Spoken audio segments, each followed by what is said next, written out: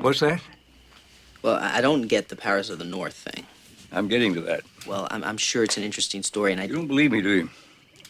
Look. Let me tell you something, young man. One person can have a profound effect on another. And two people can work miracles. They can change a whole town. They can change the world.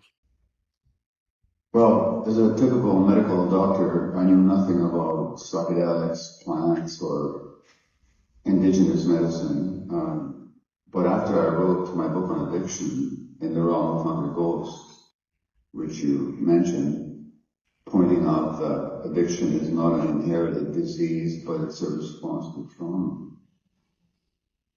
Then everywhere I traveled and I gave a talk about addiction in the book, someone would ask me, well, Gabor, what do you know about ayahuasca and the healing of addiction? And I had to say, honestly, I know nothing. And then people kept asking me, and finally I became kind of frustrated. I said, I've just spent 3 years writing a book, and you asked me about the one thing I don't know anything about. But then somebody said, did you know that you could experience it here in Vancouver, which is where I live in Vancouver, Canada? And so I went to this ceremony led by a Peruvian shaman, and in one night I understood exactly what they were talking about, because I got in touch with my heart, beat love.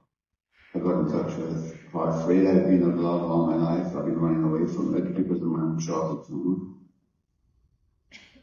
The pain that causes, and also that you don't have to keep running because the love is still inside you. That's a very succinct and encapsulated version of what happened to me.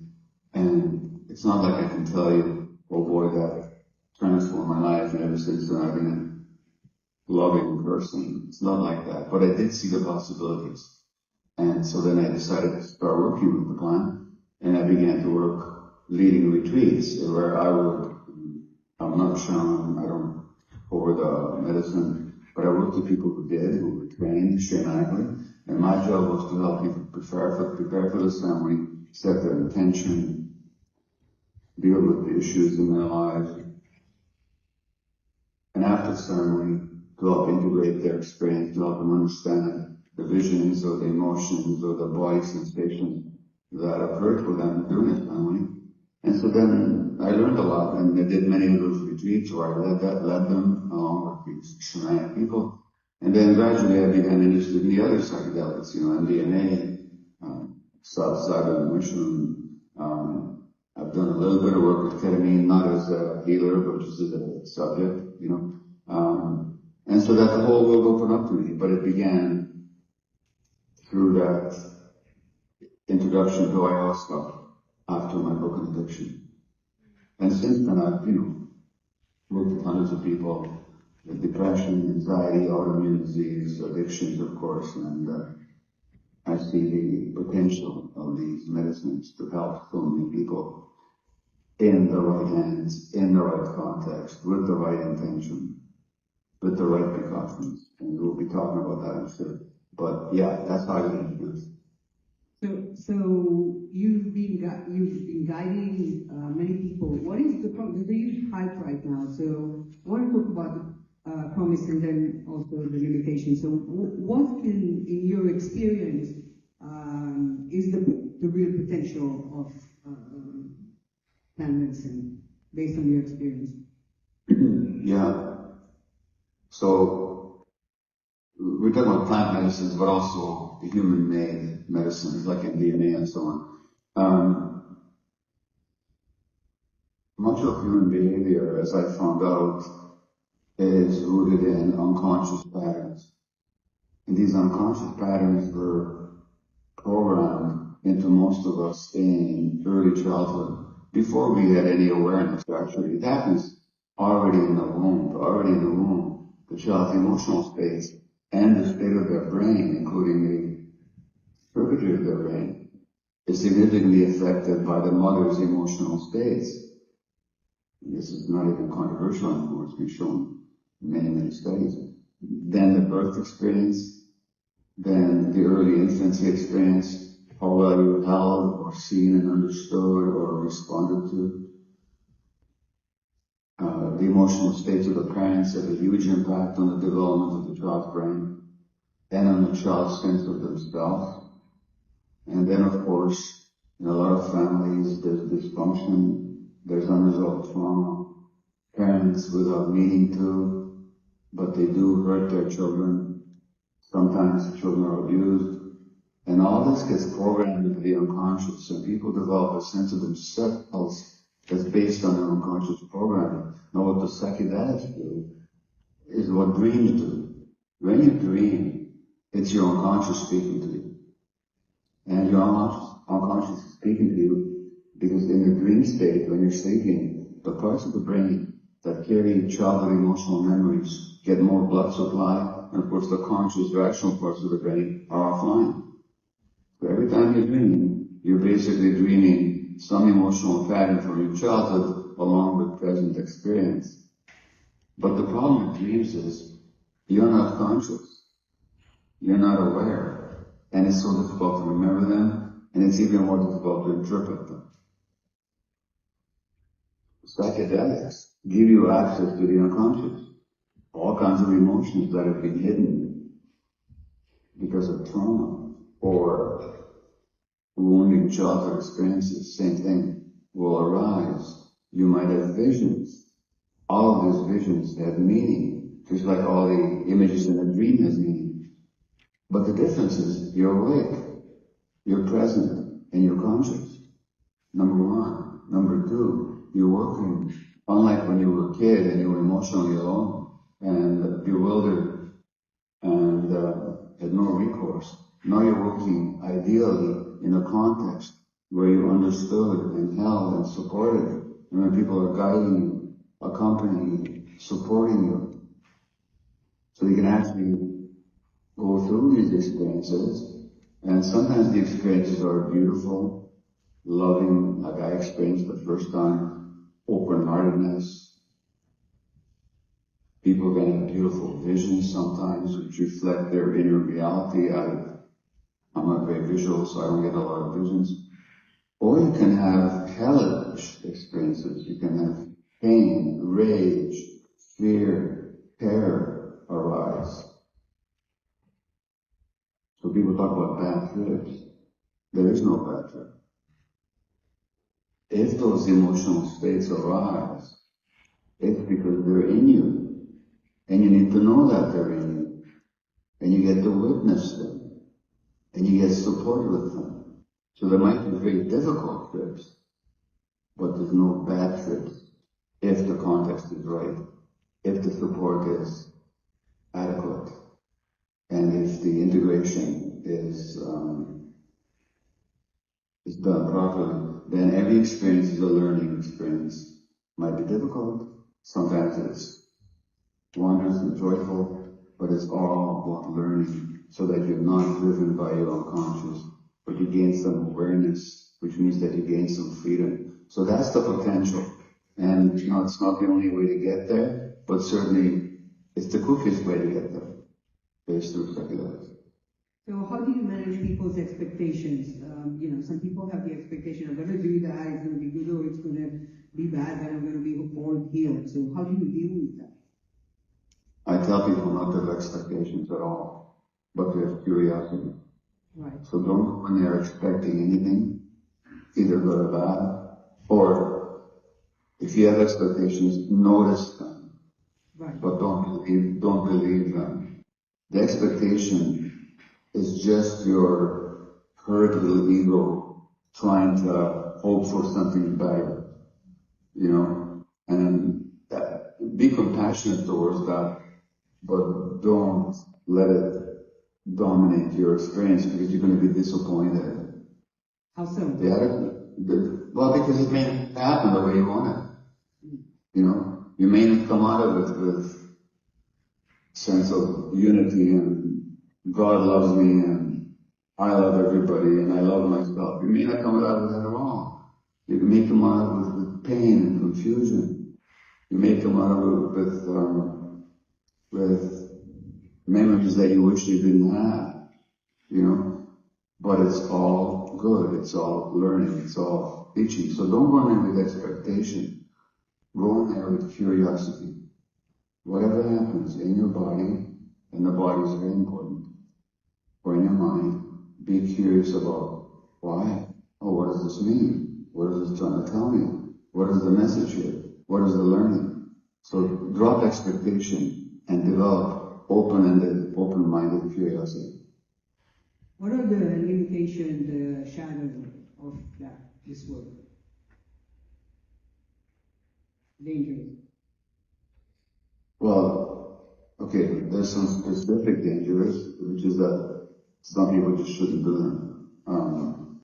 Obviously, people taking certain medications shouldn't do certain substances which interact with those medications and may cause severe side effects, so that has to be very carefully vetted before.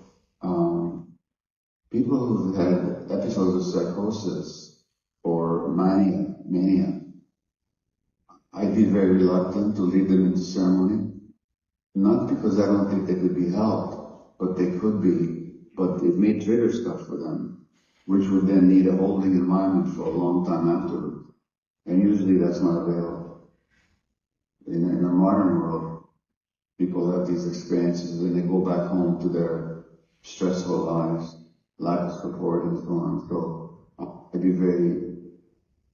I'd not want somebody with psychosis, severe psychosis, or mania, to be triggered into these states. I'd be very careful about that. So that's a limitation.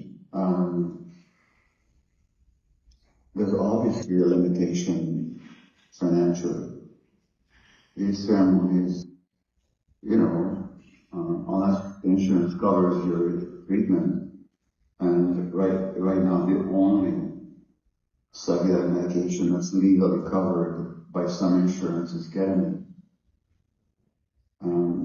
This is expensive. Not only is it not legal in the United States or Canada, so a lot of people do it, and the police has got better stuff to do than to try and stop it.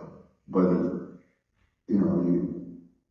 there's no insurance, there's no coverage, it's expensive. That's a limitation for a lot of people. So that's one set of dangers.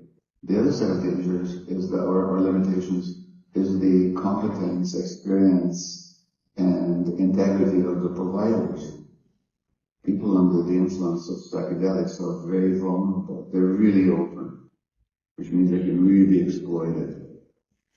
And in the worst case, we've seen examples in the ayahuasca world, in the MDMA world as well, where providers use their power to exploit, sometimes sexually exploit, most commonly sexually exploit clients. Now that happens in the church, as we know. It happens in the medical world, it happens in the psychiatric world, in the psychological world. Anytime somebody has power over somebody else, that's a danger. And the people that go into ceremony, usually they're some trauma, so they're vulnerable, and then they open up with the psychedelic.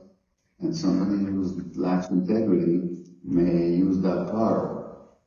A less evident danger and less malignant danger is simply that the providers are not strong enough in themselves and are not well trained enough, and they haven't done the work enough with themselves to be fully present, to be powerful in a benign way, to be able to hold the pain that might arise for the participants. And sometimes that can leave the participant very much alone, feeling confused and bereft. So you have to make sure that the provider is adept enough to know what they can do and to know what they can't do. There's no danger if the provider knows their limitations. But if the provider doesn't know their limitations, then when stuff that goes difficult and challenging, they will blame the client for it. So this is your problem. So these are some of the dangers. So And I've seen them all. So how would you recommend for people to vet where they're going to do an experience if they're seeking one. I mean, how would you, what would be your advice on that? Because what you're saying basically that a map provider can farm.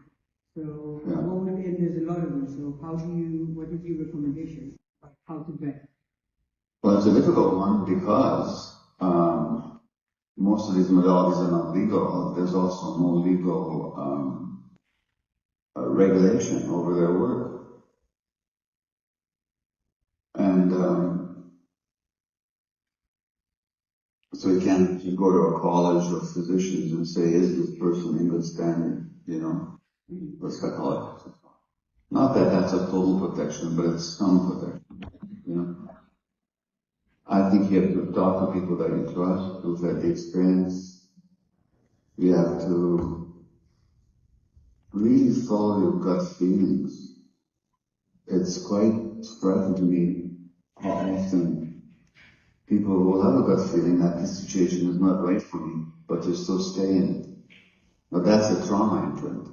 As we are traumatized as kids, we learn to distrust our gut feelings. And I can talk about why, what we do, which means that when adults experience a gut feeling, warning them, they don't listen to it. I'm saying, as much as you can, pay attention to your gut feeling. So, ask the right questions, talk to people who have experienced those providers, you can say something about them, and pay attention to your gut feelings. So I just want to talk about accessibility and safety. I mean, that's about what we're talking about now. I mean, is there any effort that is being done to increase the safety and accessibility of plant medicine as much as you know? Well, again, because they're illegal, there are no legal measures to make them safe. Now, the illegality itself is completely irrational. I mean, take something like iboga plant that grows in Africa. Maybe some of you have heard about it, maybe somebody's talked about it at your conference. But this is a plant, and I've worked with severe heroin addicts. This is a plant that you do 1 or 2 sessions with it, and even after decades of opiate use, you have no withdrawal symptoms. You have no craving, at least for a while. Nothing like that exists in Western medicine. But in the United States, it's absolutely illegal to even use it or to provide it. So, when it comes to safety, how do you keep people safe when this is irrational illegality? Tammy, I've forgotten quite what your question was. Can you repeat the question? Because I did part of it, but not complete. You totally answered it, but we talked about safety and the other part of it is accessibility. Accessibility, yeah. Well, accessibility very much depends on 2 things. One is legality, and the other is financial resources. I mean, if you can afford to travel to Peru or to Brazil or even to Mexico or even in North America, and I always concerned me, I don't know what the current prices would be, but $200-300 for an evening would not be unusual. Maybe sometimes more. Well, not everybody can afford that. Right. A lot of people can't. So accessibility is very much a matter of legality, number 1, and of financial resources on the other. I want to move into a cultural aspect of it, and I want to read the quote. I guess it's a very famous quote from your book. You know which one, right? The white man goes into his church and talk about Jesus, but the Indian goes into the teepee and talk to Jesus. Yeah. That was said by the great Comanche leader, Quanah Parker. Yeah, And Quanah Parker was the 19th century. Well, he lived into the 20th century, actually. He was one of the last great military leaders of the indigenous people. And he fought a very courageous, very brilliant military campaign against the colonial settlers who were taking over people's lands. Of course, he was actually part Comanche, part white, but he sided with the indigenous people. Of course, he was defeated, as they all were. And it was then that he turned to peyote as a sacrament. And he's the one that made that famous statement about the white man talks to Jesus. About Jesus, sorry, and the indigenous people, the Indian father talks with Jesus. What he was talking about is the direct spiritual experience of oneness with truth and the universe. And indigenous people have always, with or without psychedelics, with or without plants, have always respected that, experienced it, and knew it. The so-called civilization has split people off from nature, has split people off from their own nature, and made them forget all the indigenous wisdom. And so this is what Quanah Parker was talking about. And when we, especially when it comes to plant medicines, it's really important to honor the indigenous traditions, and because that's where they come from. And it wasn't just a bunch of people sitting around taking stuff. It was a whole cultural, spiritual experience. So it's really important to recognize that and as much as possible to honor it. I have a question about that. I have several questions about that actually. And you talked about honoring the traditions. So what can we do to honor them in modern settings? The settings are different. And afterwards, I want to talk about the culture that is different. But how do we honor them in modern civilization when we use them? In how we honor them when we use them, and how we honor them when we talk about them. It's two aspects of it. Yeah. Well, it is difficult, but there are certainly ways to approach it that are more honoring. One is, as much as possible, do it out of nature, connect with nature, connect with the land, because that's where it comes from. Number one. Number two, if you have an opportunity to work with indigenous shamans or leaders, or even have elders present, if they're open to it, and bring their wisdom, do it. Number three, here in Canada, and I think in the United States as well, it's becoming more and more accepted and even expected that when we have any kind of a public event, we do a land acknowledgement.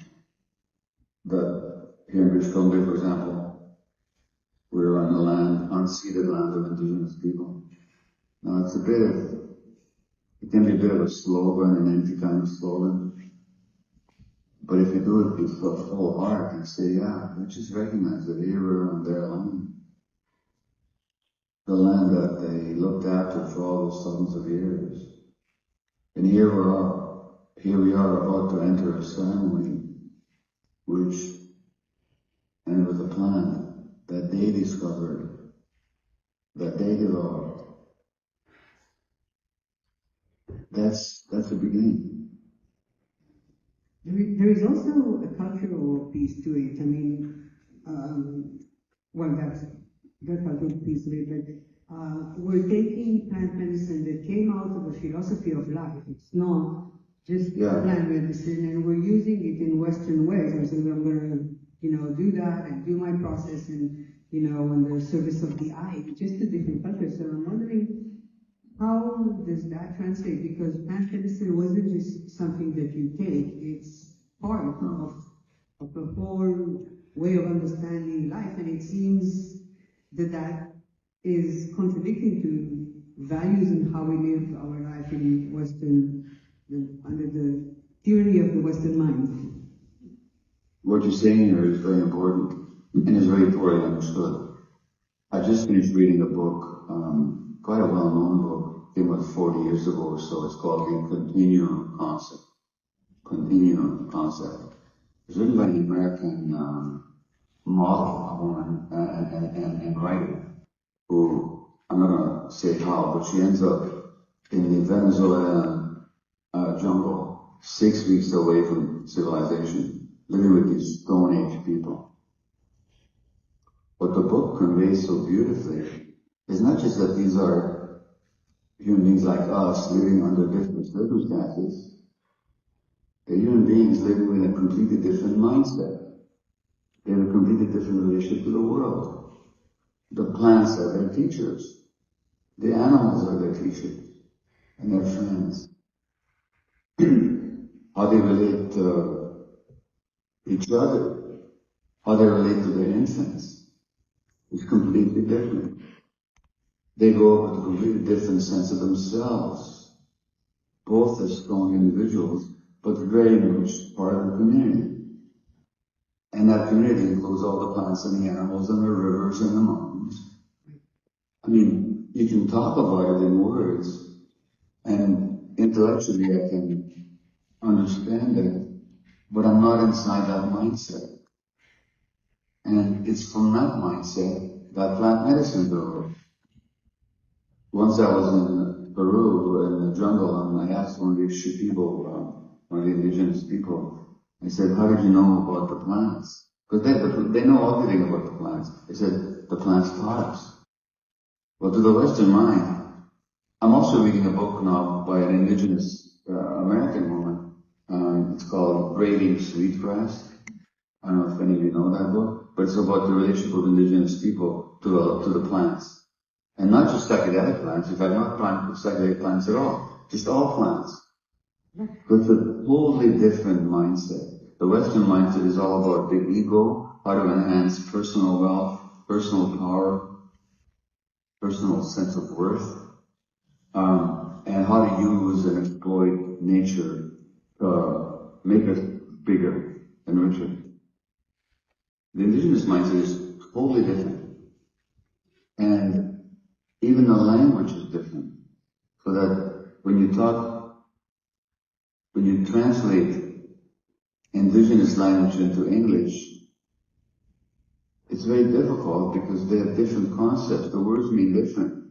They might have 40 words for something that in English there's one word for. Now in this Amazon jungle and the book Continuum Concept, they don't have a word for work. There's no word for work. Because they don't perceive it as work. They talk about, there's a word for cutting the sugar cane, there's a word for cooking, there's a word for digging the earth, but there's no word for work. Because their relationship to it is totally different. And in this book, Braiding Sweetgrass, it's one of the North American indigenous languages that the writer is talking about. They have all these words that in English don't even exist, and those words represent a totally different mindset. So at least we have to be aware of that. At least we have to be aware. It's not that we can just jump from one to the other, but don't take your mindset and your culture for granted, as if this is the only way to be in the world and to understand the world and to speak about the world. It isn't.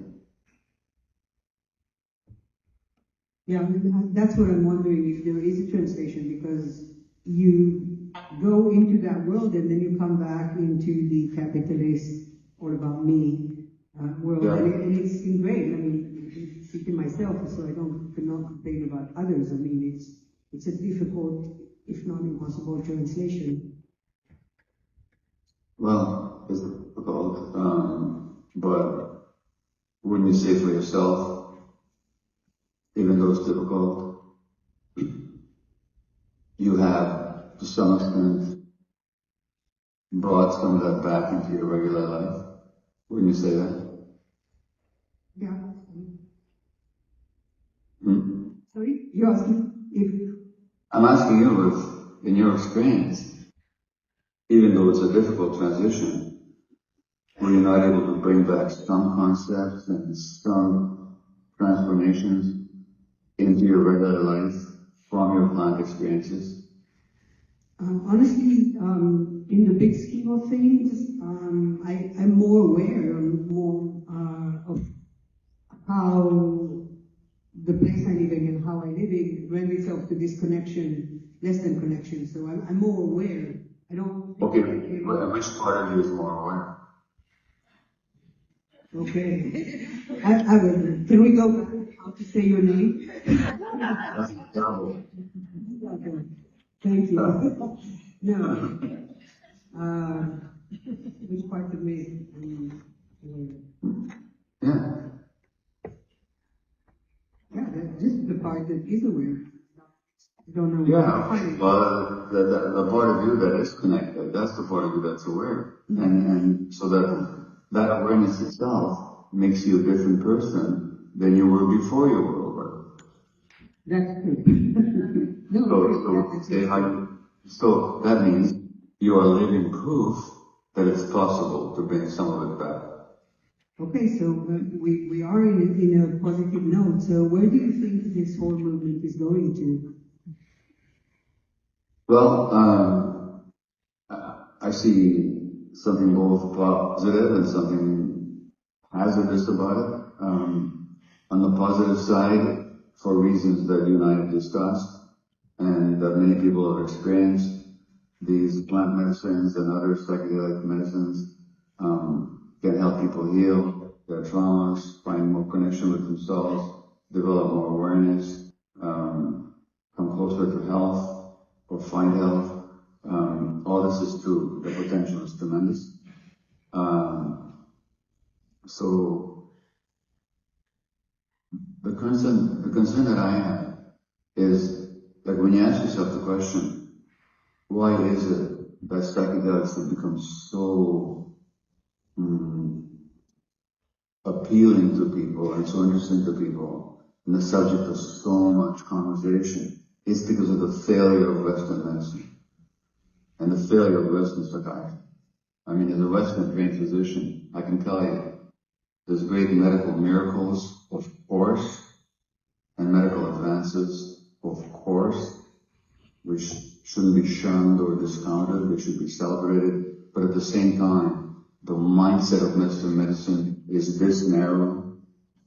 It separates the mind from the body, the person from the environment, and all of it from culture and nature.